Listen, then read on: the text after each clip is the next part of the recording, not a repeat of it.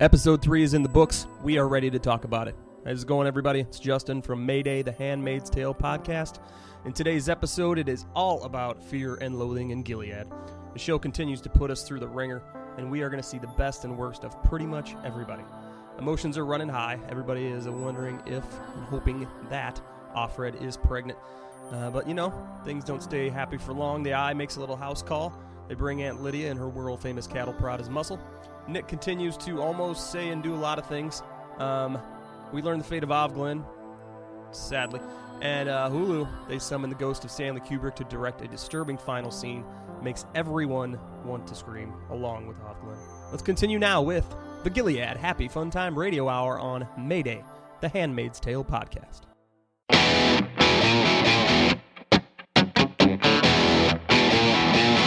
Mayday, the Handmaid's Tale podcast proudly presents Hardcore Lady Quotes.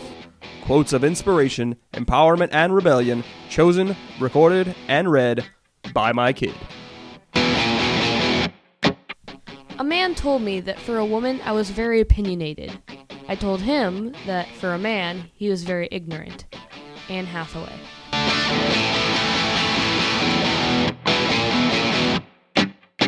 Episode 3, we roll right into the new Ofglen. Ofglen is gone, and we do find out that there's a Martha network, which I hadn't thought about. So that you're thinking that that's probably how Ofglen got found out. Well, you think so often, too. I mean, in your workplace, right? Like, it's a good idea anyway just to be a nice person, to be nice to the people who bring the coffee and the people who answer the phones and all of that. But there's certainly, they also know everything, right? Like, those are the people who have all the information. So I thought that makes sense for the They pretty much Marthas. see it all because they get the commander wives side of it and they get the handmaid side. So they're kind of at the center of everything almost. So we get a flashback after that. Well, there is a great line from her where she talks about, because I think now she's made the declaration that I was asleep before. And that was after she found out that there was a new Ofglen. She's like, I was asleep before, I'm awake now. And part of me was like, why were you not awake when they took all your money? Which comes later. But that part kind of messed with my head. I would have been awake when they took me to the Red Center and cattle prodded a lady. Well, it seems like the difference for her is, am I going to take the risk or not, right? And the beginning is, I'm not going to take the risk because I know it's going to happen to me if I do.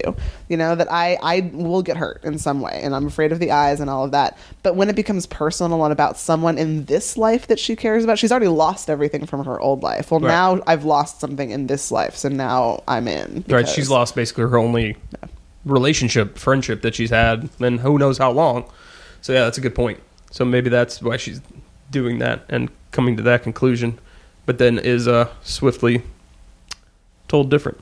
So we get a flashback there, and we're jogging, and we start kind of seeing this societal transition where her and Moira are jogging, and they get kind of these dirty looks from a woman that they're jogging with. They go in to order coffee, and credit cards don't work, and the barista guy is not the same guy, and he's calling them sluts. And they're like, what is happening, bro? Usually a woman works because Moira asks where some female's name, and she must have already been fired. Yeah. So you got to think that's kind of, we're kind of building up. But that language is that language where you're supposed to think he's acting really strangely because why is he being such an asshole? And then you realize, oh, can I say that? Yeah. Okay. You realize we don't have any underwriters. You can say anything you want. For now. That's language that's used against women all the time. You know, oh, well, why was I treating her like that? Well, because she was a slut, or because her skirt was too short, or because she'd had too much to drink, right? And so it's not actually that different from how I think women are treated when we're being out of line in whatever kind of way. The exact same thing. That is not anything I have not heard before from somebody who is supposed to be like providing me a service. Right. And obviously they do kind of take it to an extreme there, because obviously that guy's supposed to be part of the new regime of the sons of Jacob, I think. And he literally did not say anything I haven't heard before. But has a barista said it to you, like from a counter? Like that seemed a little extreme to make a point to me. But people like the service people in stores. Yes. Really? Yeah. We don't. Some people are assholes. Just really, some people are assholes. That's interesting. So, as a man, even as like younger, I've never had anybody. And I guess there's. Maria? I would get more of the prude, right? Because then it's this double bind thing. Like either it's too much or not enough. So you know. Oh, you're buying your own drinks? Well, maybe you need to change what you're wearing. Those kind of things. Yeah. And see, there's not as much. There's like hardly any of that for guys at all. Yeah. We know. Yeah. We know. We notice those things. We notice. So this is when we see the sons of Jacob at her office where she works, which is a small publishing company, and they basically come and tell the guy, you have to fire all the women. And the guy, her boss, who is very much not wanting to fire all these women, is like, he was freaked out. And there's guys with machine guns at your office all of a sudden, and he's like, I don't have a choice. And that, I don't know, man. Like, that to me would be like, I think I need to get my passport. Yeah. And it's time to go. Same. I thought, like, that is the point at which I would be running home, getting my go bag, finding my passport, getting the hell out. And that's where I start to question Luke, because I start to think, why isn't this freaking him out too? Why does he seem to think that this is all just going to be okay? I thought that too. And then I thought, like, just because my husband would be freaked out with that by that, does that mean like all dudes would? Like, I'd be totally freaked out. Really? By that. Okay, good. If somebody I was trying showed to judge up that in my office with a machine gun, not by that, because Luke didn't have that situation. That's true. Luke is at home is when we find him, and they're talking about the situation of not having money. Are you just talking about him overall not being more? Yeah, and he seemed like so like nonchalant about it. Like, it'll be okay. We'll make it work. And I just thought, like, that is not how my household would be reacting to that at all. No, we'd be gone. Yep, same out. So let's see. They fire all the women, and as they're walking out, there's a really cool line of, "Why did they bring in the army?" And she goes, "I don't think that's the army." And June says, I think it's a different kind of army, or I think it's another army. When was it that she said what used to be the United States now is its capital in Anchorage? Yeah, Anchorage is the capital of the United States. And there are only now. 2 stars. And so I guess you're led to believe it's Hawaii and Alaska, maybe, that are the only... Well, I couldn't tell if she was referring to the stars on a flag of Gilead or stars on a flag of the United States. Because I'd have to re-listen to that line. Yeah, it's hard when you're watching the show because you're still thinking of it as the United States. Right. She specifically said what used to be the United States now there's only 2 now flags. has its capital in Anchorage. Okay. So I guess she's saying that Gilead is not what used to be the United States. Gilead is like this new entity that has taken over. Right. But then why would there be fighting all over the place? Like, if Gilead... it was spread throughout continental United States. Oh, I think because they're lying too. I think that they say there's fighting, but we don't actually know that there's fighting. I just hope that somebody says I've been the taking words. for granted that there is fighting. I just can't wait to hear the words Baptist rebels. Yes. I remember reading the book and going, I was raised Baptist, and if the Baptists are the rebels, we are in trouble. Yes. We are in bad place if the Baptists are rebelling against somebody who is oppressing somebody more. And I was like, that's bad news. That's when I would have been out. So let's see what we get to next is Martha lunch. Let's see. Oh, the Martha. So now we're post ceremony, we're supposed to think. And what we assume and what we're told kind of through this lunch that she's having is that they are hoping that she is pregnant now because she's a couple days late, as they say. Which is, I guess at that point, with the way society is, a couple days late is good enough for anybody to start going, oh, maybe she's pregnant. Well, and I don't get the impression that they're still using like tests. They're not peeing on a stick to see if you're pregnant. Like, it's a wait and see situation. So get excited about what you can, exactly. I guess. What else do they have to be excited about in this world? So there are little things that they talk about, swapping out the cinnamon for cheese. So there is kind of a little bit of what we talked about in the first episode where things aren't as easy to come by. So you have to trade for them. So, the cinnamon, and she had to give a bunch of cheese to one of the other Marthas to get the cinnamon for whatever she made, something with apples for her lunch. And then Baked apples. And Mrs. Waterford picks a rose just for her. And that's creepy because you're like, why? But especially if you've read the book, because her rose garden is like a whole thing. Yes. It's like her living baby. Correct. Not human. So for her to, pick a rose is a And so big then we deal. get Serena Joy, who is now all of a sudden kind of shifted gears and is very much like doting over Ofglen and is asking her all these questions. Or I'm sorry, Offred, and asking her all these questions. And how are you feeling? How was your walk? And you're like, who is this lady? And so then you're slowly realizing, oh, they think she's pregnant, so everyone is treating her like freaking royalty. Like, they put her in bubble wrap pretty much and be like, you are, holding hopefully the baby. And so it's just weird to see the shift. You are the key master. It was really weird. It was really weird. So I'm talking about apparently, except Justin. No, I got you. Ghostbusters reference. Oh, yeah, I was there. So Serena Joy, to not stay very pleasant very long, asked the one Martha about the cake, and she says, "Is it ready?" And she says, "Oh yeah, I just need to pack it up." And she's like, "Well, it's not ready then, is it?" And she's like, "Oh well, that went downhill real quick." Everybody was real happy there for a second. So now we're going to visit baby Angela, and that is when we learn that Janine is a biter because she bit her commander's wife because, to quote Janine, she keeps grabbing at the baby. Was anybody surprised that Janine turned out to be No, a but it was just funny. It seemed very in character. And so Offred kind of approaches Janine after she's heard the story about her biting the wife, which is, something that probably gets you in quite a bit of trouble. So the important part of this scene is that Janine tells Offred that the commander is in love with her and they're going to run away, which you can tell the way that Janine is describing it. Janine just kind of lost it and is not the reality. Totally filling in holes that aren't there. She didn't seem to ever really totally be there. Like, even in the Red Center, she was already starting to break. It's true. And, you get your eye removed and you have a cattle prod on your neck, then all these, oh man, you'd lose it too. But we'd be dead, as we said before. Let's see, we got Serena Joy. There's a really good line in that scene too, where her and Serena Joy are now in the foyer after they've had the visit with the baby and Janine, and she makes this mention of, this thing we do is so terrible, and she catches herself and says, terribly hard. And it's kind of like, oh, so there's some kind of humanity in there that kind of recognizes that this whole arrangement is kind of awful. And I thought that was really interesting. And the other thing was, like, Serena Joy is all of a sudden 2 feet taller than Offred. And I didn't know if that was like she wears 4-inch heels and I didn't know if like a wife thing was to wear the heels so that you're above the...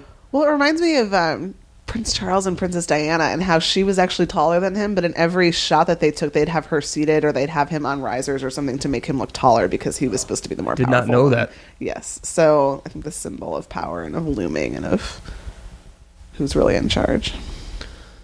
So we also meet Nick again. They've really given the two of them a lot of alone screen time, which is awfully surprising.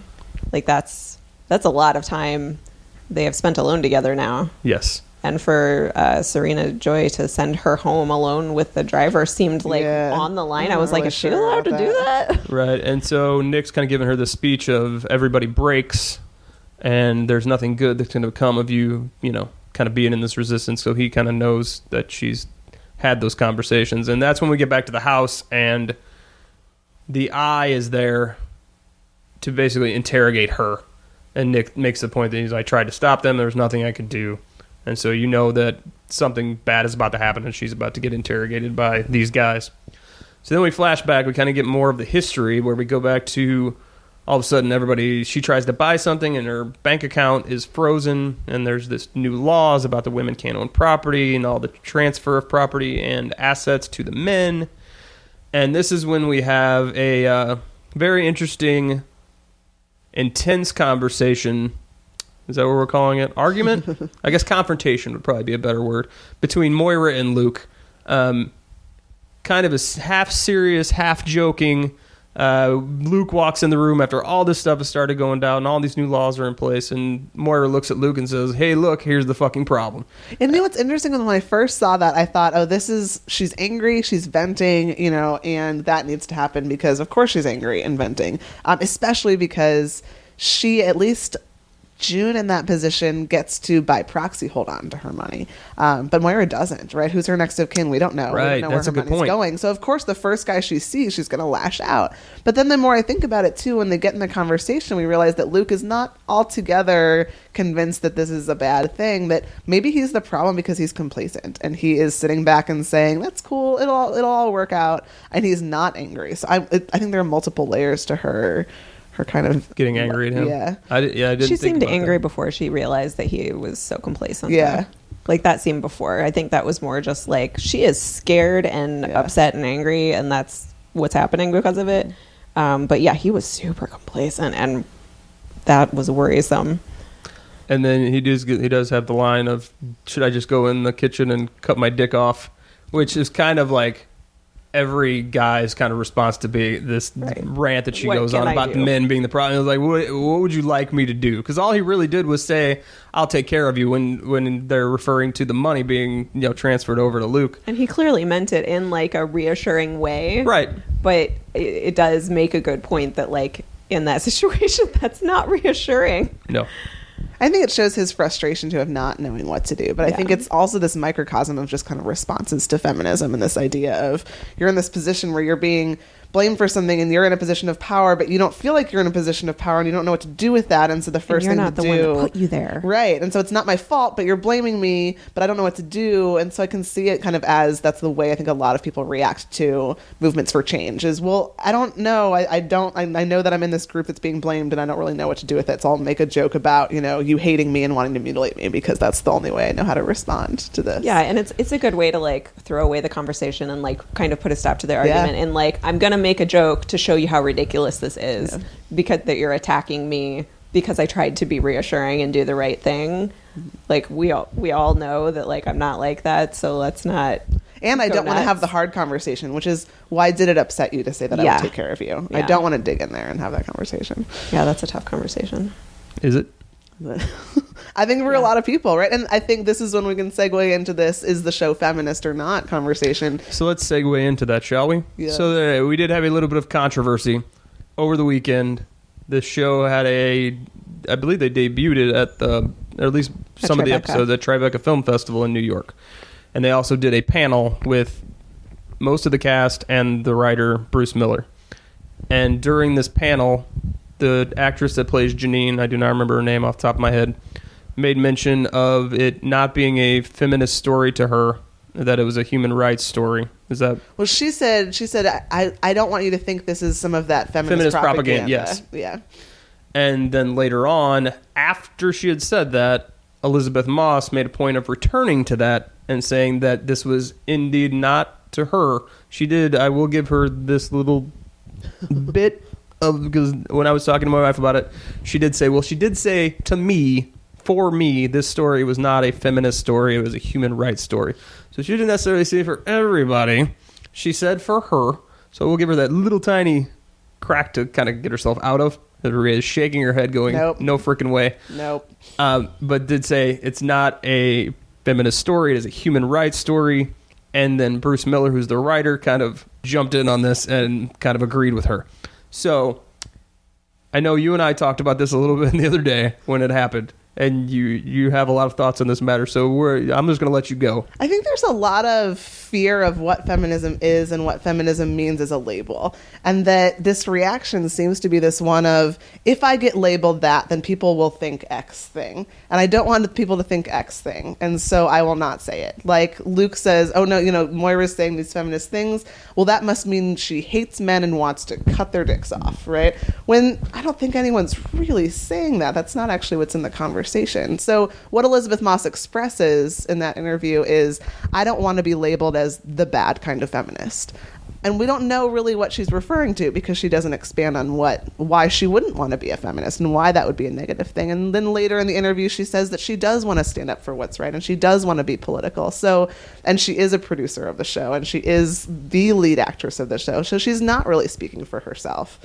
She's speaking on behalf of people who are making this show happen. And so to say that it's not a feminist show, to me, was to kind of spit in the face of people who have made a stand for women, to say purposely that feminism is a good thing. Everyone should be a feminist. This shouldn't even be a question of what is harmful about this label.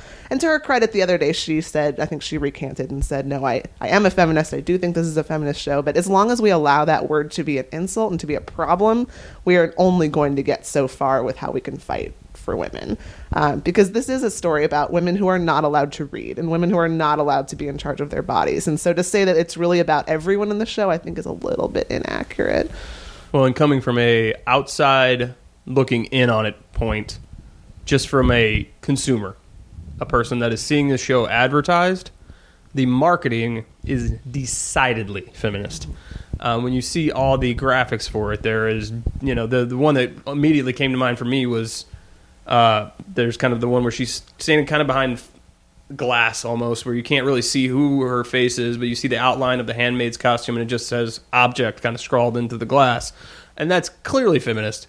There's another one where it was her standing there kind of profile and saying, "We shall breed no more."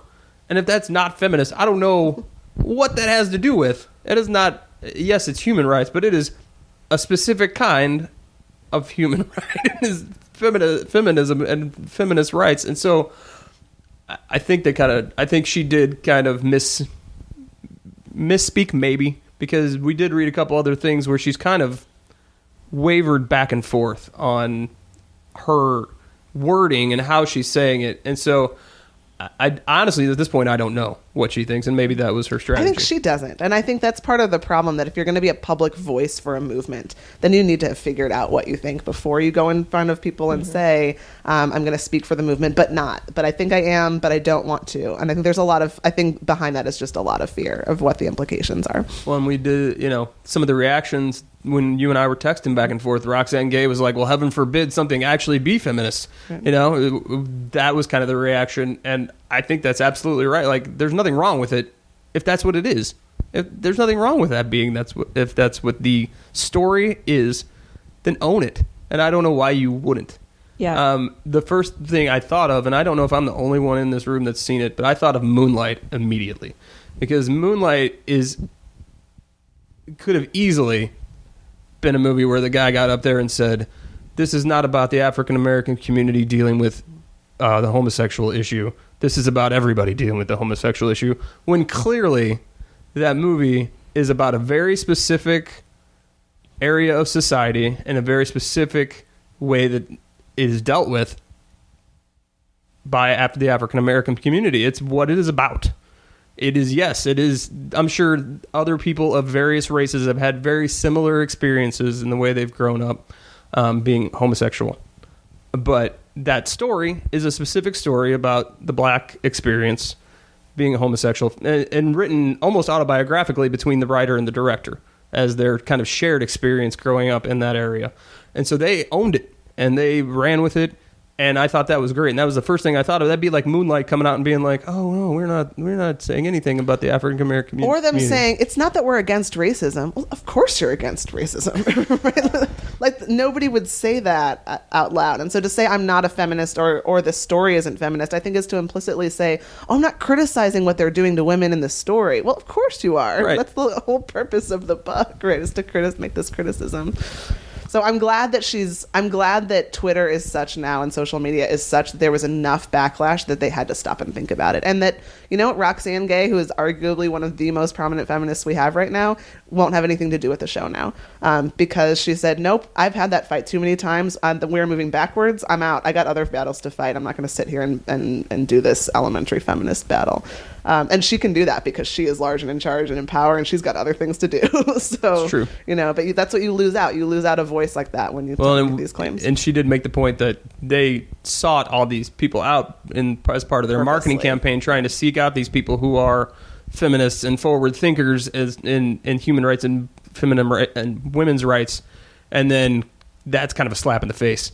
And so I think they probably lost a little bit of that. Obviously, they lost Roxane Gay.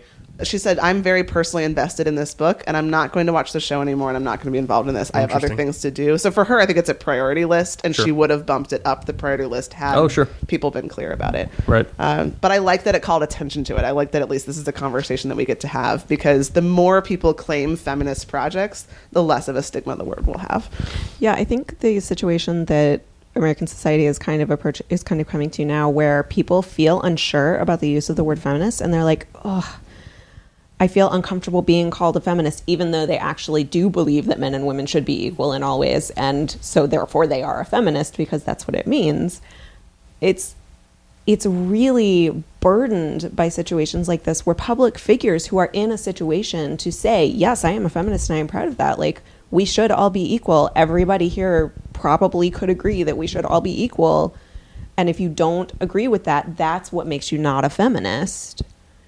When they choose to not come out and, like, I guess, be proud of their feminism, it just really adds to that area where people who are uncomfortable declaring themselves and making other people uncomfortable are really given much more latitude to say, well, I'm not a feminist, but I do think women should have equal rights, which is not a thing, by the way. If you think women should have equal rights, I'm sorry, you're a feminist. Hate to break it to you.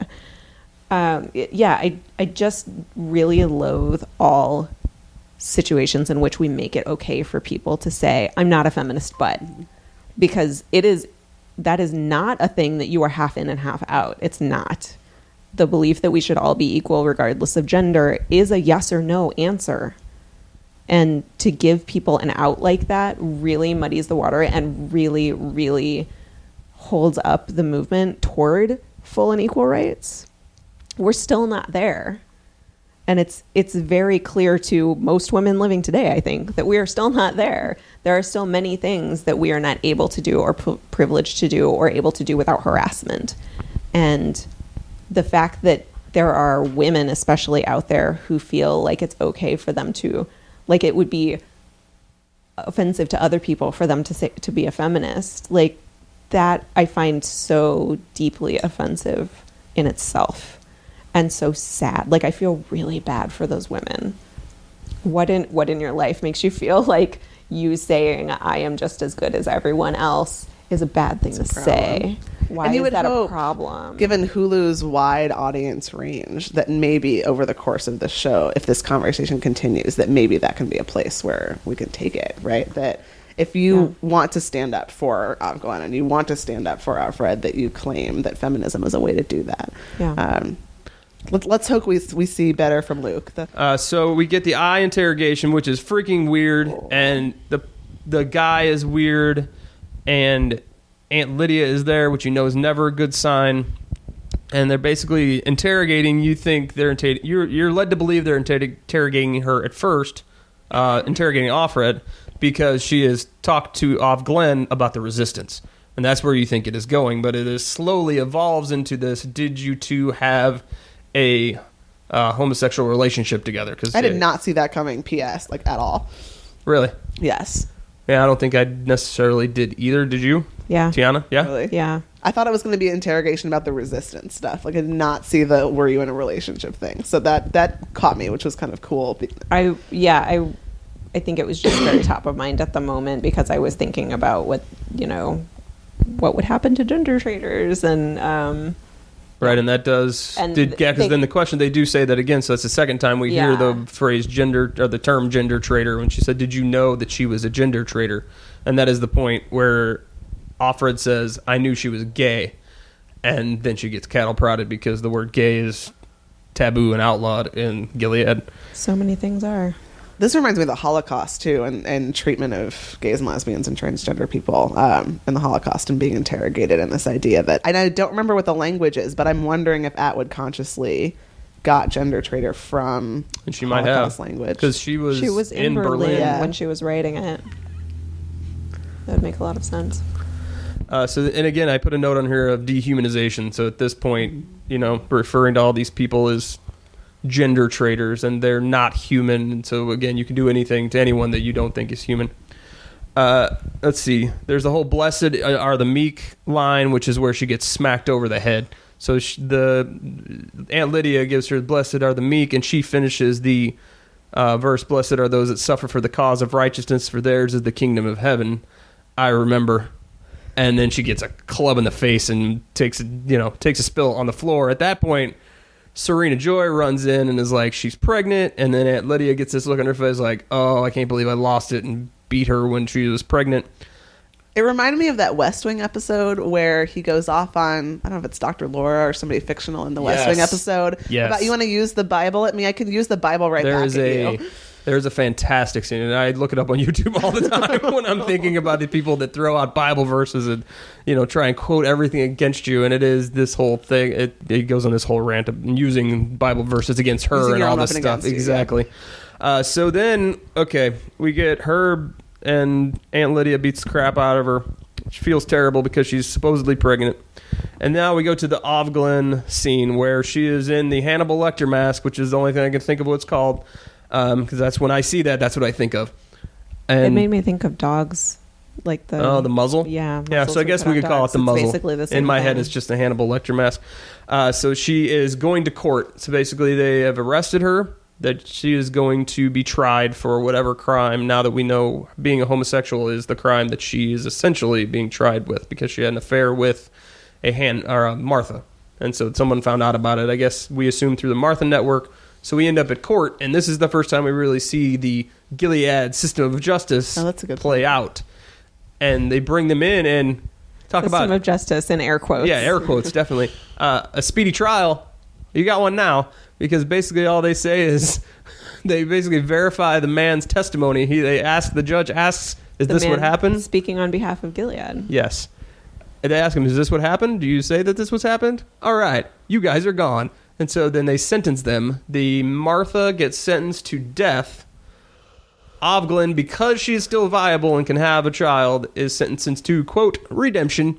And nobody knows what that means. Coming to think of it, they didn't sentence the Martha to death because I thought they were going to send her to the colonies. I don't think they use the word death. They say it's all abstract. It's all very like we're not putting different anything in. We're going to use euphemisms. Very because ceremonial. We don't want to say, yeah, for sure. So the next thing we see, they are both taken away very swiftly, thrown in the van. And this next scene is very interesting because I'm a Homeland watcher. And this is how Brody died on Homeland. They hung him from a crane. Like, I think is done in the Middle East. Correct me if I'm wrong. Only know this I have via no television. knowledge about this. So they hang the girl. They hang the Martha. They take her out of the back of the van, and there's a giant crane, and so they just lift up the crane. And from my only experience, I believe that there are some Middle Easterns. I think in Homeland they were in Saudi Arabia, and that is how they executed people. Homeland does have some. I understand. So that could be wrong. But it was in a very much public spectacle, so they had like a giant vacant lot, and they would put this person, and they would let them hang there for days. And that was my question, because I'm used to like good old-fashioned American hanging, or the neck breaks because they do the lever out from the bottom. Right, and that was the interesting part. I thought they great. were going to make her sit there and watch it. Yeah. And see, this is what becomes of, homosexuals in this society. But they do a different thing where they close it. They let her see it. Yeah, they let her see it happen, but immediately they drive away, but you can see it. Yeah. Through the window the entire time. And can we say, too, I don't want to skip over the moments they have in the van being transported there together. Yes, I'm sorry. That was heartbreaking. So much was communicated without any words, and it was so heartbreaking. There's just so much emotion so clearly apparent, and it really implies that this wasn't a short-term relationship. They were, like, committed because they clearly so deeply care, and they seem sad for each other, even though they obviously aren't saying that because they're still muzzled. And I was really impressed that was communicated so well in that such a short period, no words being spoken, and very limited movement. I thought that speaking was of kind of that shattering was great for both stereotypes, actresses, right? That it's not just about lasciviousness or this whole, that you're going to do that for attention, or all these rumors and terrible things that are said about the gay community. I think this is a loving relationship, especially. Yes, for sure. So real quick, we'll hit the big beats of the end of the episode 3. So we do have some interaction with her and Nick. We're starting to maybe think there's some sexual tension there, but I don't with Nick, clearly I think there is, but I don't know if she is feeling the same way. But then this is the part where we figure out that she is not pregnant. So she starts her period because she's, I believe, holding her underwear or undergarment, whatever and I'm begging her to then blame Aunt Lydia, right, and say like, well, I was pregnant until she, cattle prodded me and threw me on the ground. She doesn't do it. The crane thing that reminded me of I had the movie in my head a second ago, of Argo. That's like one of the scenes when Ben Affleck arrives and where is that? They're in Iran. Oh, yeah. And they pass by a scene, and then I remember at the end somebody's of it, hanging from a crane. Yeah, they had 2 people hanging from a crane, and then I remember at the end they showed like real pictures and. Oh, okay, so it is a thing. that was actually a thing. So. All right, go ahead. Didn't make that up in my head, and only get it from Homeland. So we get Serena Joy, who is now once again still in her happy Serena Joy mode because she still thinks Offred is pregnant. So she has made her up a new room that has a window and light coming in and all this stuff, and then Fred has to tell her, I am not pregnant, to which... I think that was going to be the nursery. Oh, was that going to be the nursery? I did not get the impression that was going to be. Oh, okay. No. So maybe I'm No, that just was the crazy. nursery. I think it That was the nursery? Yeah. Did I miss a sign where it said this is the nursery? No, I just thought it but was she was the way talking about the light in the morning, and like it sounded like she was planning on spending I happy thought that it times was in just there. like, hey, you got upgraded because you got pregnant. I thought it was I don't think anybody would get like a point upgraded system to that degree in when the you're on- You society. get ice cream, but you don't get a Yeah, ice cream is where the upgrade stops. Well, I apologize for not knowing that. But regardless, the reaction is swift. And basically, Serena Joy throws her in her room and says, you can stay here and not come out for the rest of the day, which is, again, another power thing over this person who you were just treating like royalty, and now you've thrown them on the floor like a child and are treating them, terribly. As if she did something As if she did something wrong. When, as Rhea was saying, there's clearly an out here. This is clearly Aunt Lydia's fault. So we get to the final scene, which so screwed up. We open it up with basically a stark white room, and you don't really know where you're at. You're thinking hospital just because of how it looks. Ofglen is there. She sits up and wakes up, and there's nobody else in the room, which makes it extra creepy. She gets up, and she stands in the middle of the room and kind of pulls her gown up, and she's, in between her legs is a... we can say her bandage. vagina is bandaged. Okay, well, that's a thing. I didn't we know can say how as adults. It's okay. I can say all kinds of things. I just didn't know what everybody was comfortable with. So just wanted to make sure. I feel like if you watch this show, you're just all in. All right. Well, we can be just all in. So covering her vagina is a bandage. So you clearly know that something has been done. And you're her. intrigued because they're not messing with her fertility. Right. So you're like, So they wait. can't have sewn her up. Yeah. Right. And so then That's a enter... torture thing that happens, Jason. Sorry. to happen. No, that's fine. Yeah, I'm good. What was that? Sewing her up? Yeah. That's a thing that is done to torture women. Really? Yes. Seems right. But not right in the sense that should be Yeah, done. seems It seems like a accurate. torture Could be thing. actually Yeah. happening. But I don't think I've ever heard of that before. All right. So enter Aunt Lydia, who goes on this little monologue about how you will not want what you can't have anymore.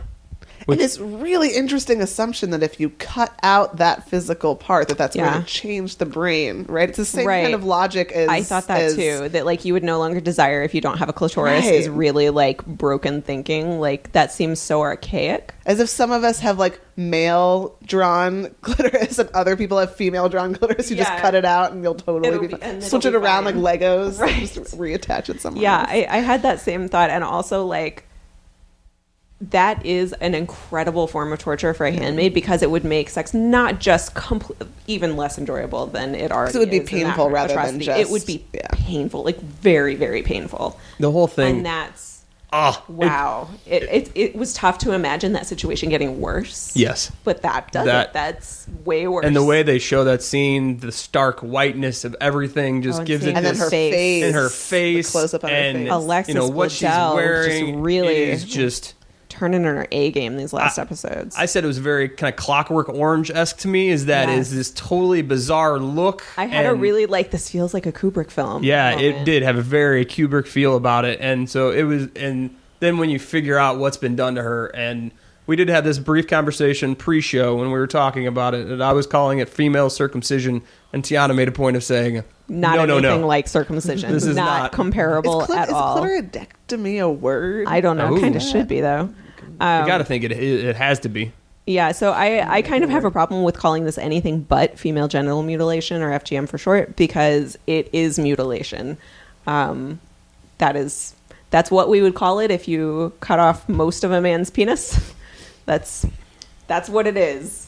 That's true. It's a terrible thing. That is accurate. If you- I recognize that We would some say we people were in the mutilated. world Yes, think that's it is an correct. acceptable practice and sometimes prescribed by their religion. That does not change my opinion of the situation. I just kind of have a problem with calling it anything that minimizes what it is. I'm gonna Ooh. agree with you. I feel like that's calling rape assault. It's not the same thing. I'm down with that. An interesting, when you Google clitoridectomy, which I suppose is a word, or Google something, there's an article, a 19th century answer to masturbation.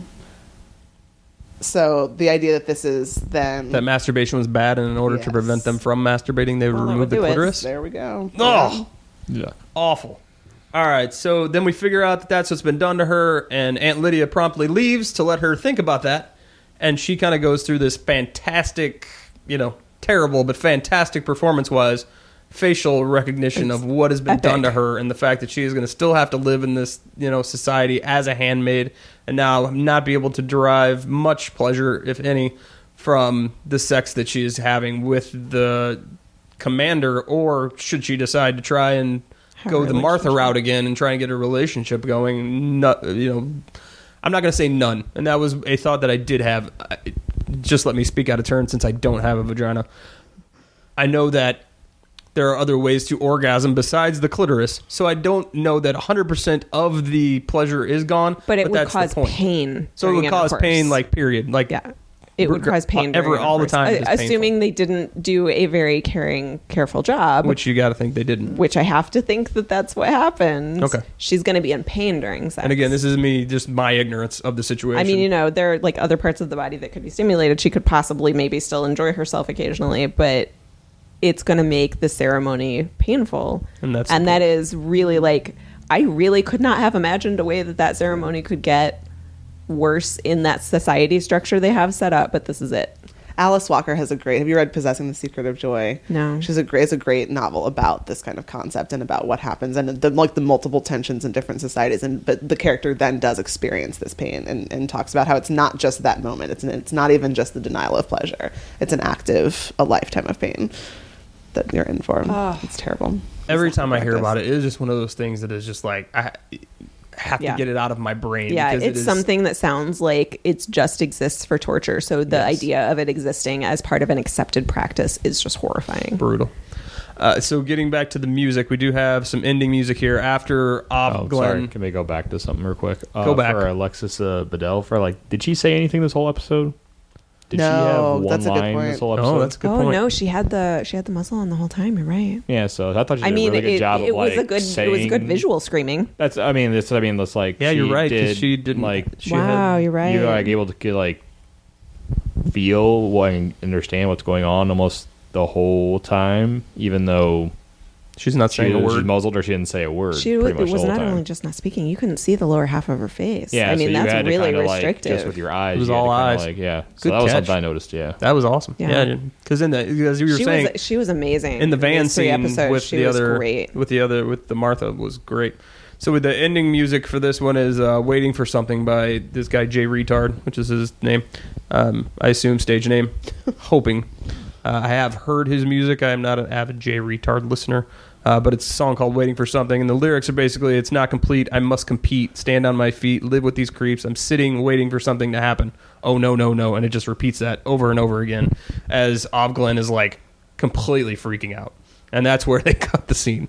So that is episode 3. We're 3 episodes in, and I could not be more excited for the rest of this show. I'm angry about the inability to binge watch at this point. I would really like to complete the cycle. It is an interesting way that Hulu does it, and I'd be interested to see the numbers. So, everyone pleased thus far with the show? I think it's phenomenal so far. I was definitely pleased just from episode 1 to 2 that they dialed it up a notch in pretty much every level, and so I'm completely thrilled with where things are going, and the production value, like we talked about, is on par with anything you're going to see made anywhere else for film, let alone a TV show. So I've been very, not pleasantly surprised, just very pleased overall. I think it's a really cool TV show. I think it's missing the theoretical oomph that I wanted it to have, but I'm reserving judgment for more episodes. I think the more information they give us, the less thinking there is for us to do, and I would rather have some of that be up to me to have to wrestle with, and I'm not having to wrestle with as much because they're giving me so much terrible stuff that I don't have to think as much. But I think part of that is that's the way that TV works. And so I'm intrigued to see how they kind of keep that up. Yeah, TV, they do spoon feed it a little more to you to kind of tell you what you think. But I think also with this show specifically, they're kind of giving it to you that way because they want you to think about what's going on now as opposed to could this happen? And it's more of, is this happening? Or are we leading? And that's my question is I'm not convinced they're doing a fantastic job of that yet. And so I want to keep watching to see if I think that they're really making a comment on today's society. Or are they giving us a dystopia? Just a classic dystopia. Well, to give a timeline question, because I know we had one last time as to when this is and how long it's been. in the same interview that I've referenced a couple times, Margaret Atwood says that her past, so all the flashbacks she's having, is basically like today. And so you're to assume that the current show, her current time, is a Near few future. years ahead of right now. So we're not too far ahead. I did really enjoy like the theoretical, like this is how a society destroys itself from the inside that happens in the book, but like in the show, because it's so real and like they're using Uber, like they're doing things we all do every day in the flashbacks. I enjoy the level of specificity we get for the characters because I feel like I know them so much more, and that makes the TV show much more visceral and much more real to me because my life is really similar to June's life. More relatable to the what she's experiencing at that time. It's much more similar, and that makes it way more real, and it's a whole different experience. Like, it doesn't really take away from my experience of the book. I still really enjoyed that. I'm rereading it right now as we're watching the show, which is really interesting, but it's just a different kind of good. I really enjoy it. Jason, anything to add before we wrap up? I don't think I could be more uncomfortable watching the show. Just wait until episode 4. Like, it's like you have this like feeling the whole time. Like, it's like I think like the line of Serena Joy says like, I can make things much worse or something like that. Things right? can get much worse for you. Yeah, like, and I'm like, no, they can't. And then you see like the last scene, and you're like, oh, well, I guess they can. So yeah, they do like, just keep dialing it up a notch. So I guess we'll see where it goes. So next week we will have episode 4, and we will roll out our podcast covering episode 4. So thank you for listening to Mayday, the Handmaid's Tale podcast. We will see you next time. Bye. Bye. We've reached our final installment of our 3-part interview with John Marcotte of HeroicGirls.com. We're going to let him wrap things up here by talking about his TED Talk that he did, and also letting us know about the future of HeroicGirls.com. We really want to thank John for coming on the show and allowing us to interview him. He was our first guest, and so we really appreciate it. And you can look forward to more interviews at the end of our podcast coming up in the future. Remember to visit John Marcotte's website, HeroicGirls.com.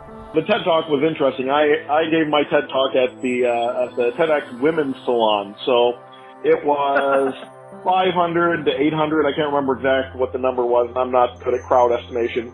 Kind of like the president in that way. So yeah, I don't know exactly how many people were there, but it was a long crowd. As long as you don't send out any fake pictures. Yeah, I'm not gonna send out my press agent to argue that there were 1 million people watching me. That's for sure. But the room was Heroic Girl. Yeah, the room was there, and I was literally close to the only man in the room. You know, it was, and I think when you're a man talking about things like gender issues and a little bit of feminism and things like that, you have to explain why you're involved in this conversation and why it's important to you. No one, women hate mansplaining, but you know what they hate more than mansplaining? Someone mansplaining feminism, which is awful, of course. So, true. I've always said, my authentic voice in this topic is as an advocate for my children. I certainly should have a say in what I think is good for my 2 girls.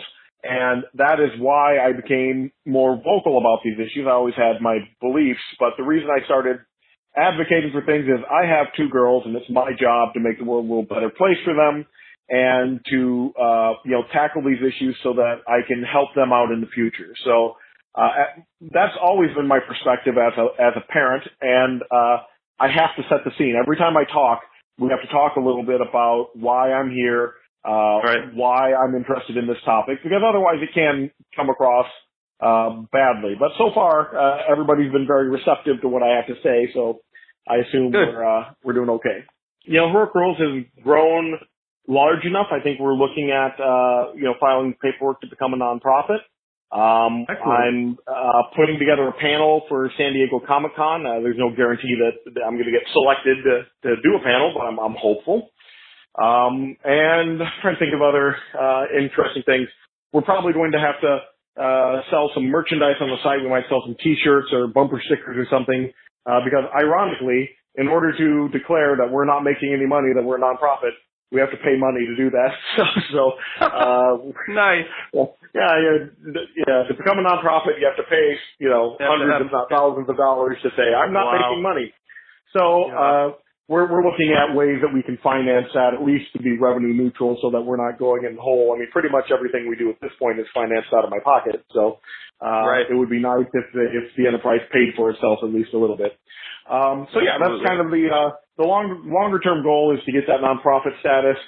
Short term goal is, this week I'm drafting up, plans to, put together a panel at San Diego Comic-Con. Excellent. Can you give us a preview of what that might be? We have a couple ideas we're kicking around, but, we thought we'd probably play the strengths and do a panel on raising heroic girls. How the whole kind of premise of the website and the organization, the idea that superheroes are good for girls, and talk about why that is, and kind of guidelines and things that do, hey, this is why we think this is a good idea, and here's some ideas that you can take home with you if you're a parent to think about how you can impact your kids' lives by maybe broadening their horizons and fighting gender norms a little bit. Thanks for listening to this edition of Mayday, the Handmaid's Tale podcast. You can find us on Twitter at Handmaid Podcast. You can find us on Instagram as well, and on Facebook. On behalf of everyone here at the show, thanks, and we'll see you next week.